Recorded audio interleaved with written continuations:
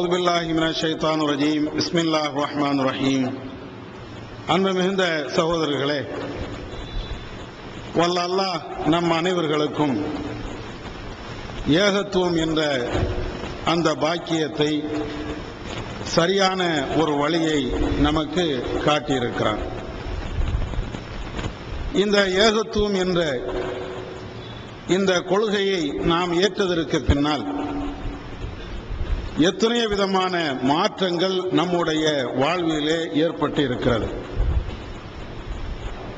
இந்த கொள்கையை ஏற்பதற்கு முன்னால் நம்மிடத்திலே எத்தனையோ விதமான தீய பழக்க வழக்கங்கள், மார்க்கம் சொல்லாத காட்டாத வணக்க வழிபாடுகள் இவைகளெல்லாம் இருந்தது.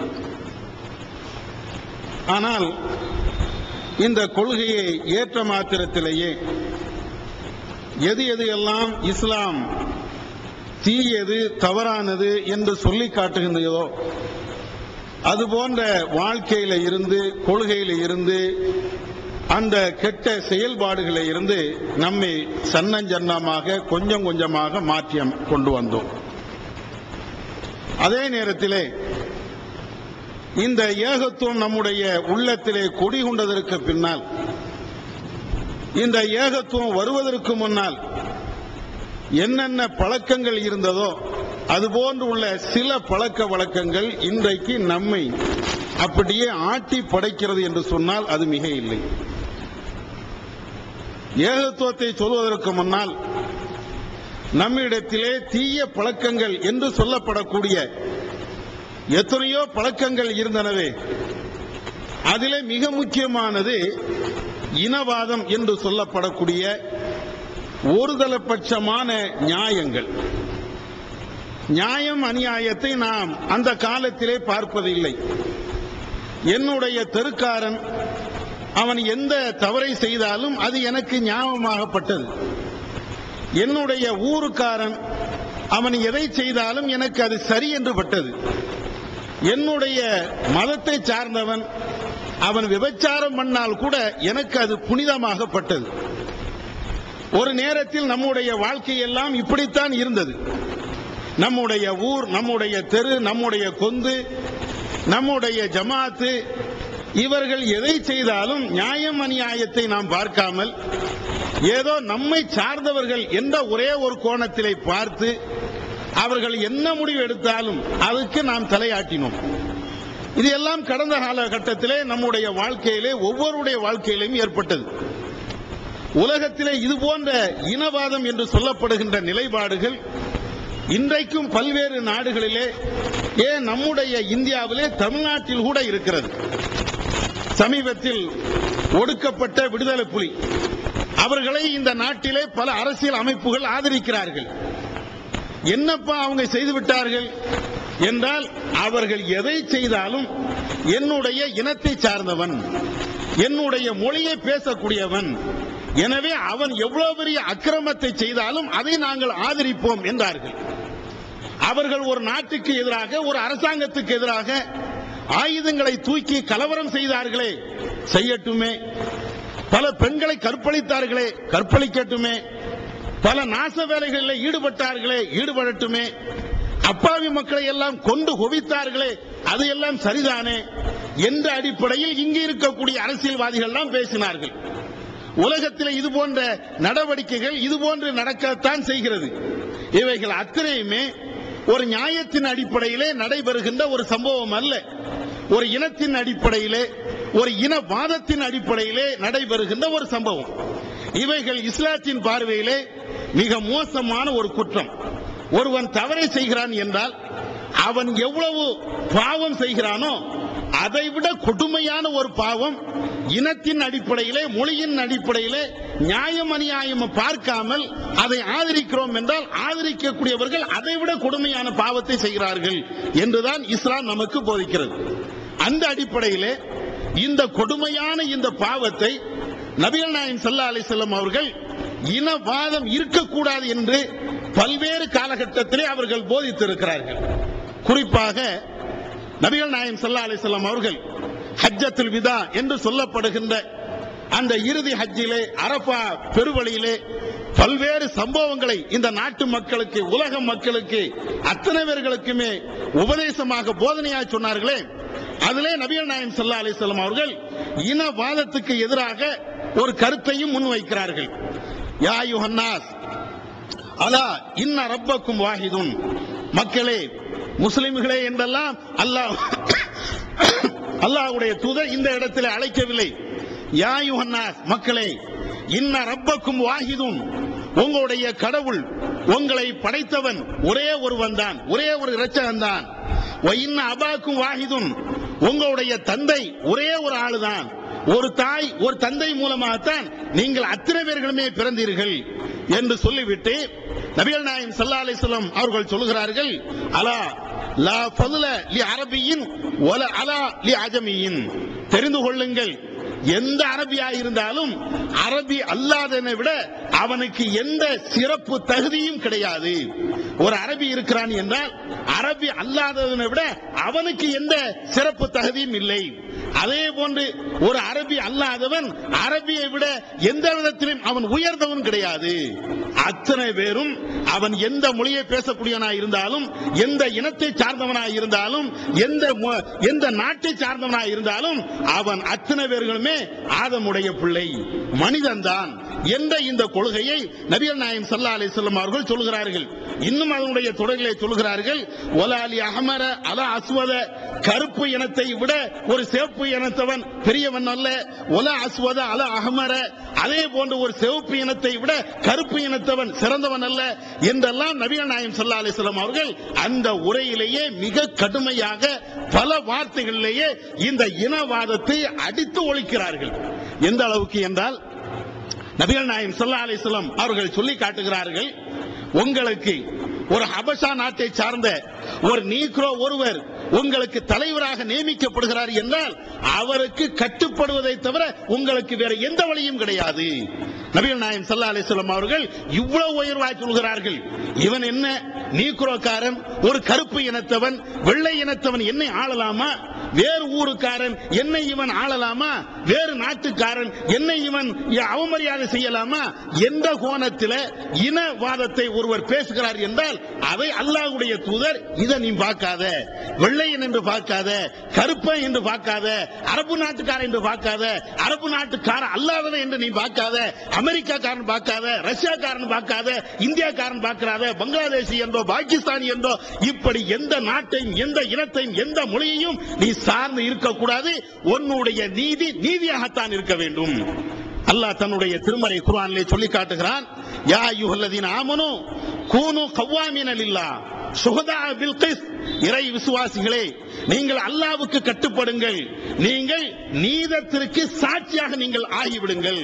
அல்லாஹ் திருக்குர்ஆனிலே சொல்கிறான், இறை விசுவாசிகளே, நீங்கள் இறைவனுக்கு கட்டுப்படுங்கள், நீதத்திற்கு நீங்கள் சாட்சியாக ஆகிவிடுங்கள் என்று சொல்லிவிட்டு சொல்கிறான், வலா யஜ்ரி மன்னக்கும் ஷனஆனு கௌமின் அலா அல்லா தஅதிலு யஅதிலு ஹுவ அக்ரபு லித்தக்வா, உங்களுக்கு நீங்கள் யார் மீது பகைமை கொண்டிருக்கிறீர்களோ அந்த பகைமை கொண்டவர்களுக்கு அநியாயம் செய்வதற்கு உங்களை தூண்டிவிட வேண்டாம்.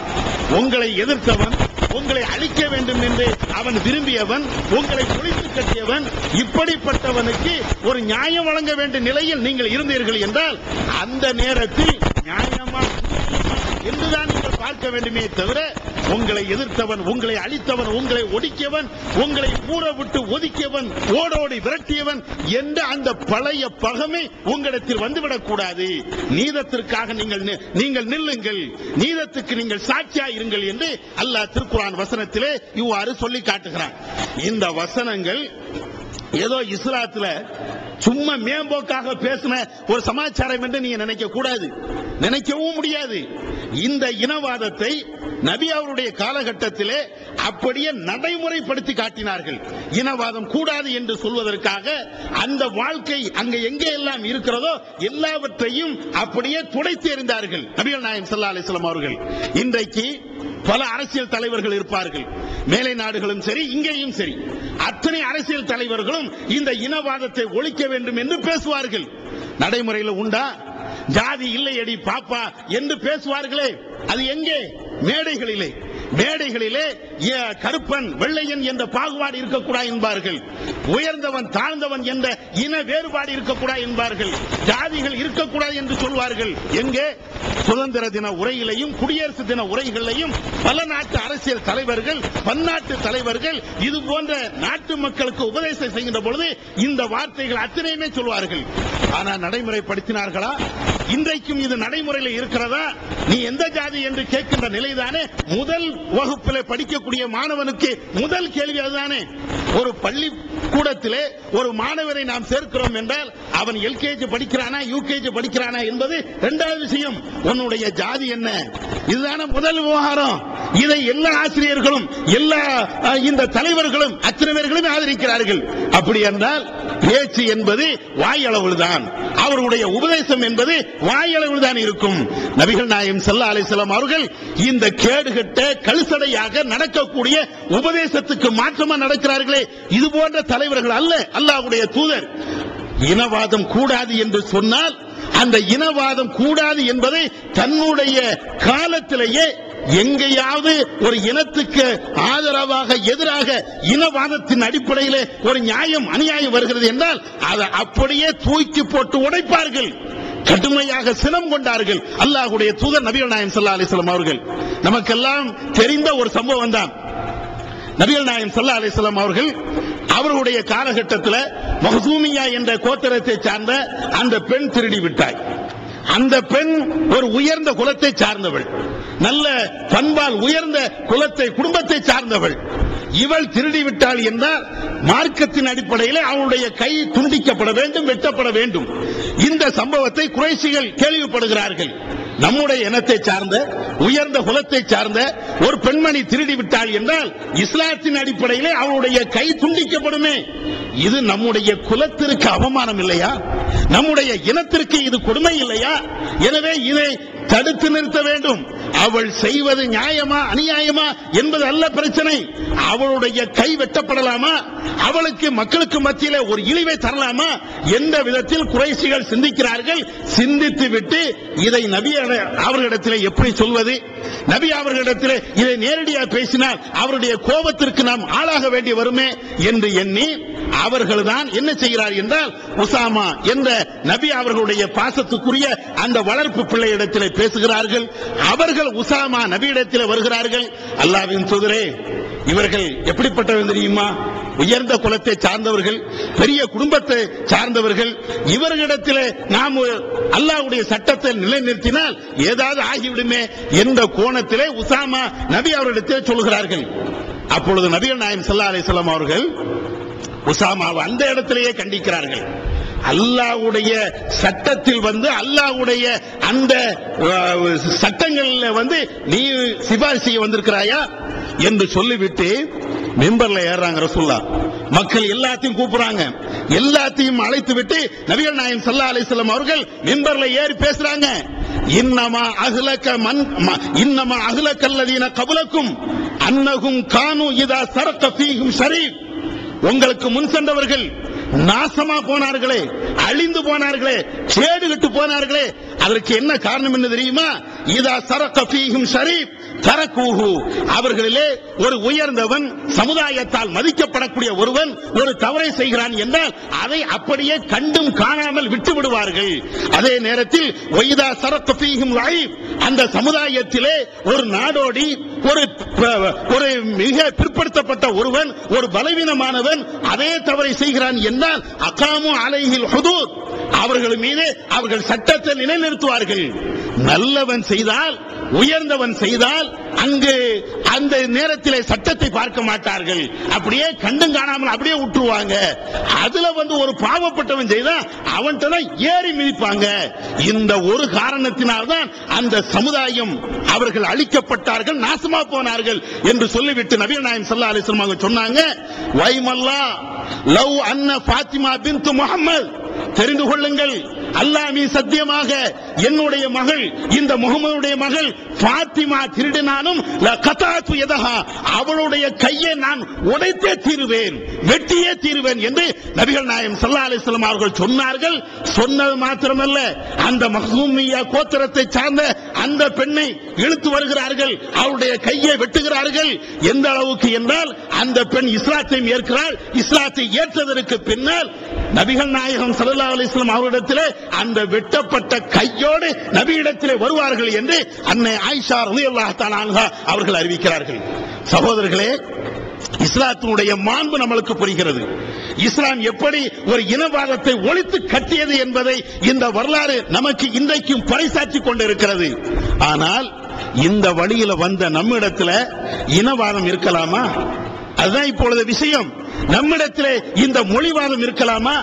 நம்மிடத்திலே நம்முடைய நண்பர்கள், நம்முடைய உறவினர்கள், நம்முடைய ஜமாத்தார்கள் இவர்கள் ஒரு தவறை செய்து விடுகிறார்கள் என்றால் அதற்காக வேண்டி இனவாதத்தை நாம் முன்வைக்கலாமா என்றால் இந்த ஏகத்துவத்திற்கு கொள்கைக்கு மாற்றமான ஒன்று. எந்த வரலாறை நாம் படித்து இஸ்லாத்தினுடைய உயர்வுகளை மாண்புகளை நாம் பேசுகிறோமோ அதை அப்படியே காலில் போட்டு மிதித்து கபர்ல கொண்டு அடக்கிறதுக்கு சமம். அவ்வளவு பெரிய கொடுமை நம்ம அறிந்தோ அறியாமலோ நம்மிடத்திலும் இது போன்ற ஒரு நிலை ஏற்படுகிறது. இனவாதம்னா என்ன? மீண்டும் கொஞ்சம் ஞாபகப்படுத்திக்கிறேன். என்னுடைய நட்பு வட்டாரம் அல்லது என்னுடைய சொந்தக்காரர்கள் அல்லது என்னுடைய ஜமாத்துக்காரர்கள் இவர்கள் ஏதாவது ஒரு தவறை செய்து விடுகிறார்கள் என்றால் அந்த தவறு எனக்கு தவறாகப்படுவதில்லை, அந்த தவறு எனக்கு பெருசாக தெரியல. என்னுடைய ஜமாத்தை தாண்டியவன், என்னுடைய நட்பு வட்டாரத்துக்கு அப்பாற்பட்டவன் வேறு எவரா ஒருத்தன் அதே தவறாக செய்கிறார் என்றால் எனக்கு தாங்க முடியல. அப்படியே ரத்தம் கொதிக்குது, இப்படி ஒரு தப்பு செய்யலாமா என்று அத்தனை வரைக்கும் நான் பேசுறேன். இதானப்பா இனவாதங்கிறது இதுதானே? நான் சுபுஹ் தொழவில்லை என்றால், என்னுடைய நண்பர் சுபுஹ் தொழவில்லை என்றால் எனக்கு பெருசா படல, அது சாதாரண விஷயம், அது பிரச்சனை இல்லை. யார் செஞ்சா என்ன, எத்தனை பேர் தொழ வரலையே அதே மாதிரி இவனும் தொழ வரல என்று எனக்கு நானே சால்ஜாபு சொல்லுகிறேன், எனக்கு நானே அதை சரி கண்டு கொள்கிறேன். அதே போன்று இன்னொருத்தை செய்யவில்லை என்றால் ஓடோடி வருவோம். அவர் யார் தெரியுமா? சுபுஹ் ஜமாத்துக்கு வர்றது இல்ல, நம்ம பள்ளிக்கு வர்றது இல்ல, அந்த பள்ளிக்கு போறான், குராய் பள்ளிக்கு போறான், அங்க போய் தொழுகிறான். கேட்டீங்களா, ஜும்மால பேசுறீர்களா என்று கொக்கரிக்கிறோமே. ஏன் நம்ம இனத்தை சார்ந்த, நம்முடைய நண்பன், நம்முடைய வட்டாரத்தை சார்ந்த இதே போன்று கல்சடையான ஒரு செயலை செய்யும் போது இந்த ரத்தம் நமக்கு கொதிக்கவில்லையே, நம்முடைய நரம்பு நாணங்கள் அப்படியே வெடிக்கவில்லையே. அதற்கு என்ன காரணம்? இனவாதம். நாமே தெரிஞ்சோ தெரியாமலோ நம்முடைய உள்ளத்தில் அந்த இனவாதம் இருக்கிறது. இல்லை என்று மறைக்க முடியாது. சில நேரங்களிலே அது நம்மையும் தாண்டி நம்மை அறியாமலேயே வெளிப்பட்டு விடுகிறது. ஒவ்வொரு ஆளும் யோசிக்கணும், எனக்கு இப்படி நடக்கிறதா? என்னுடைய நண்பர்கள் இதை செய்கின்ற பொழுது அதை சரி என்று நான் காணுகிறேனா? அப்படி காணுகிறேன் என்றால் அது எனக்கு சரியில்லை, நான் இனவாதத்தில் தான் இருக்கிறேன் என்றுதான் நாம பார்க்கணும். இது மாத்திரம் இல்ல, நம்மள ஒருத்தன் ஒரு பொய் பேசுறான், அது பிரச்சனை இல்லை, மன்னிச்சிடுறோம். நம்மள ஒருத்தன் பொய் பேசிட்டானா அது பிரச்சனை இல்லப்பா, மன்னிச்சிடுறோம். அதே நேரத்தில் இன்னொருத்தன் பொய் பேசட்டுமே, அவன் பொய் பேசிட்டான், எவ்வளவு பெரிய பொய் தெரியுமா அப்படின்னு சொல்லி அடுக்கடுக்கான ஆதாரங்கள், அந்த ஆதாரங்களை தேடுவதற்காக பல நாட்கள் நம்முடைய வாழ்க்கையில நேரங்களை செலவிடுறோம். அவன் செய்யக்கூடிய அயோக்கியத்தனம், அவன் செய்யக்கூடிய எல்லாம், அவன் செய்யக்கூடியது மட்டும் அயோக்கியத்தனம் என்றால், அவன் செய்வது மாத்திரம் தவறு என்றால், நான் செஞ்சது, என்னுடைய நண்பன் செஞ்சது, என்னுடைய உறவினர்கள் செஞ்சது, என்னுடைய ஜமாத்துக்காரன் செஞ்சது, அது நியாயமா? இதுக்கு பேர் என்ன? இனவாதம் இல்லையா? இதுதானே இனவாதம், இதுதானே இனவாதம். இதைத்தானே ரசூலுல்லாஹ் உடைச்சாங்க. பாத்திமா என்ற அந்த பெண்ணுடைய கையை வெட்ட வேண்டும் என்று நபி அவர்கள் தீர்மானித்தார்களே, அந்த பாத்திமா காஃபிரா? அந்த பாத்திமா இஸ்லாத்தை விட்டு வெளியேறினவளா? அதுக்குத்தான் அந்த ஹதீஸுடைய இன்னொரு ரிவாயத்தை சேர்த்து சொன்னேன். அந்த பாத்திமா தௌபா செய்கிறாள், அந்த பாத்திமா இஸ்லாத்துக்கு வருகிறாள், அந்த பாத்திமா ரசூலுல்லாஹ்வை சந்திக்கிறாங்க என்ற வரலாறையும் சொல்கிறேன். நபிகள் நாயகம் ஸல்லல்லாஹு அலைஹி வஸல்லம் அவர்கள் இந்த விஷயத்தில் நியாயம் என்றால் நியாயம்தான், யாரா இருக்கட்டும், எவராக இருக்கட்டும், எந்த அடிப்படையில் தான் நபிகள் நாயகம் ஸல்லல்லாஹு அலைஹி வஸல்லம் அவங்க இந்த வரலாறுகளை நமக்கு சொல்றாங்க. இது ஒவ்வொரு ஆளும் நாம யோசிக்கணும். நாம தௌஹீத்வாதி தானே, நம்ம ஜமாத்து ஒரு தப்பு பண்ணா அது நியாயம், இன்னும் அதே தப்பை இன்னொரு ஜமாத்து பண்ணுகிறது என்றால் அது அநியாயம் என்று எவன் பேசினாலும், நான் உட்பட யார் பேசினாலும், ஒரு விபச்சாரத்தை நான் செய்கிறேன் என்றால் அது சரி, அதே விபச்சாரத்தை இன்னொரு ஜமாத்து செய்கிறார், அது அயோக்கியத்தனம் என்று நான் பேசுகிறேன் என்றால் என்னிடத்தில் இஸ்லாம் என்ற கருத்து இல்லை, என்னிடத்தில் இனவாதம் என்பதுதான் உயர்வாக இருக்கிறது என்பதை ஒவ்வொரு ஆளும் புரிந்து கொள்ளணும். முதல்ல நம்மளை திருத்தணும், நம்மள்ட்ட இந்த தப்பு இருக்குதா என்று நாம பார்க்கணும். நாம ஒரு ஆளு வரதட்சணை வாங்குறாரு, அது போகக்கூடாது, அது தப்பு, அப்படியெல்லாம் பேசுறோம். நம்மள ஒருத்தன் அப்படி போயிட்டா, நம்மள ஒருத்தன் அப்படி செஞ்சுட்டா அது நியாயமா? அதை ஆதரிக்கலாமா? அது சரி என்று நாம பேசலாமா? இதுதான் இனவாதம். இந்த இனவாதம் நம்மிடத்தில் வரும் என்றால் நம்மிடத்துல நியாயம் அடிபட்டு போயிடும். யார்கிட்ட வந்தாலும் சரி நம்மள்ட்ட நியாயம் இருக்காது, அது சரியாக நம்ம பார்க்க மாட்டோம். என்னென்ன வந்துரும், என்னென்ன தப்புன்னு நாம வெளியில பேசுறோமோ அத்தனை தவறுகளும் நம்மிடத்தில் வரும். நான் ஒண்ணு சொன்னேன், சுபுகு தொழுகை நம்மள்ட்ட வராது, மற்ற அயோக்கியத்தனம் அது நம்மள்ட்ட வந்துரும், பொய் பேசுறது வந்துரும், பித்தலாட்டம் பண்றது வந்துரும். இன்னும் சொல்ல போனா நம்மள்ட்ட நடக்கக்கூடிய தப்பு எதா இருந்தாலும், நாம செய்யக்கூடிய தவறா இருந்தாலும் பகிரங்கமாக போட்டு உடைக்கிறது, அந்த தப்பை விட்டு நம்முடைய சகோதரர்களை திருத்துவது, இதுதான் நம்முடைய ஜமாத்துடைய மேலிருந்து கீழ் வரை உடைய நிலைப்பாடு. இன்னும் ஒரு படி மேல சொல்ல போனா ஈகத்துவம் ஓரிரை கொள்கையை விளக்கும் மூப்பற்ற மாதேதழ் பிஜே எம்ஐ சுலைமான் ஷம்சுல்ஹா இன்னும் பல சிறந்த அறிஞர்களின் கருத்து கருவூலங்கள் இன்னும் பல சிறந்த அம்சங்களுடன் வெளிவரும் ஈகத்துவம் இதழை படித்து உங்கள் மார்க்க அறிவை வளர்த்துக் கொள்ளுங்கள். ஆண்டு சந்தா உள்நாடு ரூபாய் 100, வெளிநாடு ரூபாய் 650, தனி இதழ் ரூபாய் 9. உங்கள் டிராப்டுகளை ஏகத்துவம் இலக்கம் 30 அரண்மனைக்காரன் தெரு, மண்ணடி, சென்னை 3 என்ற முகவரிக்கு அனுப்புவீர்கள். திருக்குரான் தமிழாக்கம் பி ஜெயினலாபிதீன். அனைவருக்கும் புரியும் எளிய நடை, தேவைப்படும் வசனங்களுக்கு தெளிவான விளக்கங்கள், கலை சொற்களின் விளக்கங்கள், திருக்குரான் எவ்வாறு அருளப்பட்டது, எவ்வாறு தொகுக்கப்பட்டது என்பது குறித்து முழுமையான விளக்கம், நபிகள் நாயகம் ஸல்லல்லாஹு அலைஹி வஸல்லம் காலம் முதல் இன்று வரை குர்ஆன் பாதுகாக்கப்பட்ட வரலாறு, திருக்குரான் இறைவனின் வார்த்தைகள் என்பதற்கான அடுக்கடுக்கான ஆதாரங்கள், முந்தைய பதிப்புகளை விட மெருகூட்டப்பட்ட செய்திகள், கூடுதலான பக்கங்கள், அழகிய வடிவமைப்பு, உயர்தரமான பைண்டிங். விலை ரூபாய் 300 மட்டுமே. வெளியீடு மூன் பப்ளிகேஷன், நம்பர் 83/3, முதல் மாடி, மூர்தரு, மண்ணடி, சென்னை 1. போன் 65690810. நம்மள ஒரு ஆள் லவ் பண்ணி கல்யாணம் பண்ணாரு வைங்க, அது சரி, அதெல்லாம் சரி, அது ஒன்றும் பிரச்சனை ஆக்க மாட்டோம். இன்னொருத்த அப்படி லவ் பண்ணி கல்யாணம் பண்ணிட்டான் வைங்களேன், ஓடி வர ஜமாத்துக்கு. அவன் எப்படிப்பட்டான் தெரியுமா? செய்ய வேண்டாம் நான் சொல்லல, ஒரு தவறு நடக்கிறது என்றால் அந்த தவறை சுட்டி காட்டுவது, ஜமாத்துடைய கவனத்துக்கு கொண்டு வருவது ஒவ்வொரு உறுப்பினருடைய கடமை. அந்த அடிப்படையில் செய்யலாம், தப்பு இல்ல. ஆனா அதே தப்ப நீ செஞ்சா இது இனவாதம் இல்லையா? நாம அதே தப்ப நான் செஞ்சுட்டு அவன் சரியில்லை என்று அவனை சுட்டி காட்டுவது, அவன் செய்யக்கூடிய தவறு என்று பேசுவதற்கு எனக்கு என்ன அருகதை இருக்கிறது? அல்லாஹ் திருக்குர்ஆன்ல கேட்கிறானே, பல்வேறு இடங்கள்ல இந்த வசனங்களை நாம சொல்லி காட்டுகிறோமே, லிம தக்குல் மா லா தஃபாலூன், நீங்கள் செய்யாத ஏன் பேசுகிறீர்கள்? அல்லாஹ் சொல்றானே, நீங்கள் செய்யாத ஒன்றை அல்ல நீங்க செய்யக்கூடிய தவறு என்று நீங்க ஏன் பேசுறீங்க? உங்களுக்கு அந்த அருகதை இருக்குதா? நீ பேசுவதற்கு உனக்கு தகுதி இருக்குதா? நான் மௌலிது ஓதுவேன், மௌலிது கூட என்று பேச முடியுமா? நான் வந்து வட்டி வாங்குவேன், வட்டி கூட என்று பேச முடியுமா? பேசுவதற்கு உனக்கு என்ன தார்மீக உரிமை? இதை இஸ்லாம் கேட்குது. இதை நான் பேசுகிறேன் என்றால் என்னிடத்தில் இனவாதம் இருக்கிறது என்ற அர்த்தம், மொழிவாதங்கள் இருக்கிறது என்ற அர்த்தம், ஒரு சாராருக்கு எதிராக நான் நடக்கிறேன் என்ற அர்த்தம். அப்ப இந்த இனவாதம் வந்துவிடும் என்றால் நம்மிடத்தில் தவறுகள் அப்படியே எந்த தப்பு பண்ணாலும் அது மன்னிக்கப்பட்டுரும். அது பெரிய தப்பு இல்ல, சாதாரண தப்பு என்ற அடிப்படையில் வரும். அதே மாதிரி உள்ள தப்பு எவ்வளவு பெரிய தவறு நம்மள்ட்ட நடக்குது தெரியுமா? நபிகள் நாயகம் ஸல்லல்லாஹு அலைஹி வஸல்லம் சொல்றாங்க, இந்த செயல் செய்தவன் இவன் சொர்க்கத்துக்கு போக மாட்டான். ரசூலுல்லாஹ் சொல்றாங்க, இந்த செயலை செஞ்சவன் இவன் சொர்க்கத்துக்கு போக மாட்டான். அப்படிப்பட்ட செயல் எல்லாம் இந்த இனவாதத்தின் அடிப்படையில் நம்மள உள்ள ஒருத்தர் செய்யக்கூடிய தப்பு தானே, அதை சரி கண்டுருவோம் எந்த அடிப்படையில் இந்த கேடுகட்ட நரகத்துக்கு இழுத்து செல்லக்கூடிய இந்த செயலையும் செய்யணும். என்ன செயல்? இந்த கோல் மூட்டி விடுவது. ஆனா பொம்பளை தான் செய்வாங்கன்னா நம்ம ஜமாத்துல உள்ள சில ஆம்பளைங்களும் அதை சேர்ந்து அதை தொழிலா பண்ணிட்டு இருக்கான். தெரிஞ்சு செய்யறானா தெரியாம செய்யறானா அல்லாஹு ஆலம். ஆனா எப்படி செய்தாலும் மார்க்க அடிப்படையில் இது கண்டிக்கக்கூடிய, மிக நரகத்துக்கு கொண்டு போகக்கூடிய ஒரு கடுமையான ஒரு பாவம் என்பது நாம வழங்கணுமா இல்லையா? ஒரு ஆளு 2 பேர் நண்பனா இருக்கிறாங்க, ஒரு 4 பேர் நண்பனா இருக்கிறாங்க. அந்த 2 பேர்ட்டும் போய், இஸ்மாயிலே தெரியுமா உன் கூட்டாளி எப்படிப்பட்டான் தெரியுமா? அவனுடைய வண்டவாளத்தை எல்லாத்தையும் இருக்குதோ இல்லையோ எல்லாத்தையும் கூட்டி சொல்லிடும். அவன் அன்னைக்கு அவனை அப்படி பார்த்தேன் இப்படி பார்த்தேன் அதை செஞ்சேன் இதை செஞ்சேன் அப்படின்னு சொல்லி அவனை பத்தி இவனை பத்தி அவன்கிட்ட சொல்லி விட்டுட்டு இவன் தான் போயிடுவான். இதான கோளுங்கிறது. ரெண்டு நண்பர்கள் இருக்கிறார் என்றால் அந்த ரெண்டு நண்பர்களுக்கு மத்தியில பகைமையை ஏற்படுத்துவது. ஏதாவது ஒண்ணு சொல்லி நடந்ததையோ நடக்காதையோ ஏதாவது ஒன்று சொல்லி பகைமையை ஏற்படுத்துவது. இன்னும் சொல்ல போனா மார்க்கம் எப்படி வலியுறுத்துகிறது என்றால், ரெண்டு பேர் சண்டை போடுறாங்க, அவங்களை இணைக்கிறதுக்கு போய் பேசலாம்ங்கறாங்க ரசூலுல்லாஹ். ரெண்டு பேர் சண்டை போடுறாங்கன்னா அவங்களுக்கு இணைக்கிறதுக்கு போய் பேசலாம். லைசல் கஸாபு அல்லது யுஸ்ரிஹு பைனன் நாஸ், மக்களுக்கு மத்தியில இணக்கத்தை ஏற்படுத்துவதற்காக வேண்டி ஒருவன் பொய் சொல்கிறான் என்றால் அவன் பொய்யன் அல்ல. நபிகள் நாயகம் ஸல்லல்லாஹு அலைஹி வஸல்லம் அவங்க சொன்ன இந்த செய்தியை புகார்ல பார்க்கலாம். அவன் பொய்யன் கிடையாது.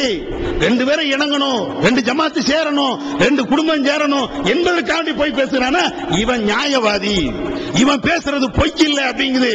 இதெல்லாம் தெரிஞ்சுக்கிட்டு ரெண்டு பேரும் ஒற்றுமையா இருக்கிறானா, ரெண்டு பேரும் அடிவெட்டி சாவுடா, நான் ஏதாவது ரெண்டு பேருக்கு மத்தியில ஏதாவது ஒண்ணு நான் இழுத்து விட்டுருந்தேன் அப்படின்னு சொல்லி அந்த ரெண்டு பேரும் சண்டை போடுவதை, சட்டையை கிழிச்சுக்கிட்டு ரோட்ல கிடந்து புரளுவதை ஒருத்தன் பார்க்கிறான் என்றால், பார்த்து ரசிக்கிறான் என்றால் இவன் யாவத்துவாதியா, இவன் தௌஹீத்வாதியா? இவன் எந்த பதவியில இருந்தா என்ன, அல்லது பதவியே இல்லாம இருந்தா என்ன? இவர்கள்ட்ட என்ன ஈமான் இருக்கிறது? இவர்கள்ட்ட நோய் இருக்குது. அது வேணா சொல்லலாம். ரெண்டு பேரும் சண்டை போடுவதை பார்த்து ரசிக்கிறதுங்கிறது அது ஒரு வகையான நோய் தானே. இந்த நோய் வேணா இருக்குமே தவிர உண்மையிலேயே ஈமான் என்ற இந்த இஸ்லாம் சொல்லக்கூடிய இந்த அடிப்படை விஷயங்கள் அவருடைய உள்ளத்துல இல்ல. நபிகள் நாயகம் ஸல்லல்லாஹு அலைஹி வஸல்லம் அவங்க சொல்றாங்க, ஒரு கபருக்கு மத்தியில, கபர்ஸ்தானுக்கு மத்தியில ரசூலுல்லாஹ் நடந்து போயிட்டு இருக்கும்போது இரண்டு கபரு, அதில் அடக்கம் செய்யப்பட்டவர்கள் வேதனை செய்யப்படுகிறார்கள். சஹாபாக்கள் ரசூலுல்லாஹ் கேட்கிறாங்க, ஒமா யுஅதபானி, இந்த ரெண்டு பேரும் வேதனை செய்யப்படுறாங்களே எந்த விஷயம் உங்களுக்கு தெரியுமா? சொல்றாங்க ரசூலுல்லாஹ் தெரியல. சஹாபாக்கள் சொல்றாங்க எங்களுக்கு தெரியல. அப்ப ரசூலுல்லாஹ் சொல்றாங்க, இவங்க பெரிய விஷயத்துக்குலாம் வேதனை செய்யப்படல, சின்ன விஷயத்துக்கு தான் அவர்கள் கபூர்ல வேதனை செய்யப்படுகிறார்கள். ஒன்னு ரசூலுல்லாஹ் அதுக்கு விளக்கம் சொல்றாங்க. ஒரு ஆளு சிறுநீர் கழிக்கும் போது மறைக்காம இருந்தான், பேசாம எங்க எடுத்தினாலும் பேசாம அவன் உட்கார்றான், மறைக்கிறது இல்ல. இன்னொரு ஆள் என்ன தெரியுமா, அவன் எப்ப பார்த்தாலும் கோல் பேசிக்கிட்டே இருந்தான். ஒரு ஆளை பத்தி ரெண்டு பேரை பத்தி மாறி மாறி சண்டை எடுத்து விட்டுக்கிட்டு கோல் பேசிக்கிட்டே இருந்தான். இந்த ரெண்டு காரணத்தினால்தான் அந்த இருவருமே வேதனை செய்யப்படுகிறார்கள். எங்க? கபூர்ல. கபூர்ல வச்ச உடனே வேதனை. நான் தௌஹீத்வாதி, தெருமீட்டிங்கன்னா கொடியை நட்டினேன், கட்டில போட்டேன், சேர போட்டேன், மைக்க கட்டினேன், ஸ்பீக்கரை கட்டினேன், அந்த கூட்டத்துக்கு போனேன், இந்த கூட்டத்துக்கு போனேன், தௌஹீதுக்கெல்லாம் நான் பெரிய முன்மாதிரியா இருந்தேன். அல்லாஹ் ஏத்துக்குடுவானா? எல்லாம் முன்மாதிரி எல்லாம் சரிதான். கூட்டம் போட்டா அதுக்கு தனி நன்மை, சேரத்துக்கு போட்டா அதுக்கு தனி நன்மை, அதுக்காண்டி உழைத்தால் அதுக்கு தனி நன்மை, எல்லாத்தையும் செஞ்சுட்டு இந்த கேடுகட்டு செயலை செஞ்சிய போகாதன சொல்லுவானா இல்லையா? இன்னும் சொல்ல போனா நபிகள் நாயகம் ஸல்லல்லாஹு அலைஹி வஸல்லம் சொல்றாங்களே, லா யதுகுலுல் ஜன்னத கத்தாத்துன் லா யதுகுலுல் ஜன்னத நம்மாமுன், இந்த கோல் சொல்லக்கூடியவன் அவன் சொர்க்கம் போக மாட்டான். புகாரி, முஸ்லிம், திருமதி போன்ற ஏராளமான ஹதீஸ்ல இருக்குது. இந்த பாவத்தை இனத்தின் அடிப்படையில் நம்முடைய நண்பன் செய்கிறான் என்ற அடிப்படையில் இதை நாம ஜீர்ணிக்கிறோமே, இதை நாம தூண்டி விடுகிறோமே, இதை செய்யப்பா என்று நாம அதை பேசுகிறோமே. நம்மள்ட்ட என்ன இஸ்லாம் இருக்குது, என்ன தௌஹீத் இருக்குது, என்ன குர்ஆன் ஹதீஸ் நம்மள்ட்ட இருக்குது? நாலு பேரை பேசுவதற்கு, திருத்துவதற்கு, அவரிடத்தில் இருக்கக்கூடிய தப்பை நாம சுட்டி காட்டுவதற்கு தார்மீக உரிமை நம்மள்ட்ட என்ன இருக்குது? ஒவ்வொரு ஆளு யோசிச்சு பார்க்கணும். நான் தௌஹீத்வாதி என்று சொல்வது பெருமை அல்ல, தௌஹீத்வாதியாக நடப்பதுதான் பெருமை. நான் குர்ஆன் ஹதீஸை பின்பற்றுகிறவன் என்று சொல்வது பெருமை அல்ல. என்னுடைய வாழ்க்கையில இன்னென்ன விஷயங்கள்ல நான் குர்ஆனையும் சுன்னாவையும் முழுமையாக பின்பற்றி இருக்கிறேன் என்று வாழ்ந்து காட்டுவது பெருமை. எனவே இந்த இனவாதம், இஸ்லாம் ஒழித்த இனவாதம், இன்றைக்கு மற்ற அரசியல் தலைவர்கள்ட்ட இனவாதத்தை ஒழிப்போம் என்று பேசிவிட்டு அதையே செய்கிறார்களே, அது போன்ற கேடுகட்ட அந்த இனவாதம் நம்ம இடத்தில் வரக்கூடாது. வல்லல்லாஹ் நம்ம கேட்டதன் அடிப்படையில் செயல்பட அவன் அருள் செய்வானாக. வாகதவன அல்ஹம்துலில்லாஹி ரப்பில் ஆலமீன். அல்லாஹ்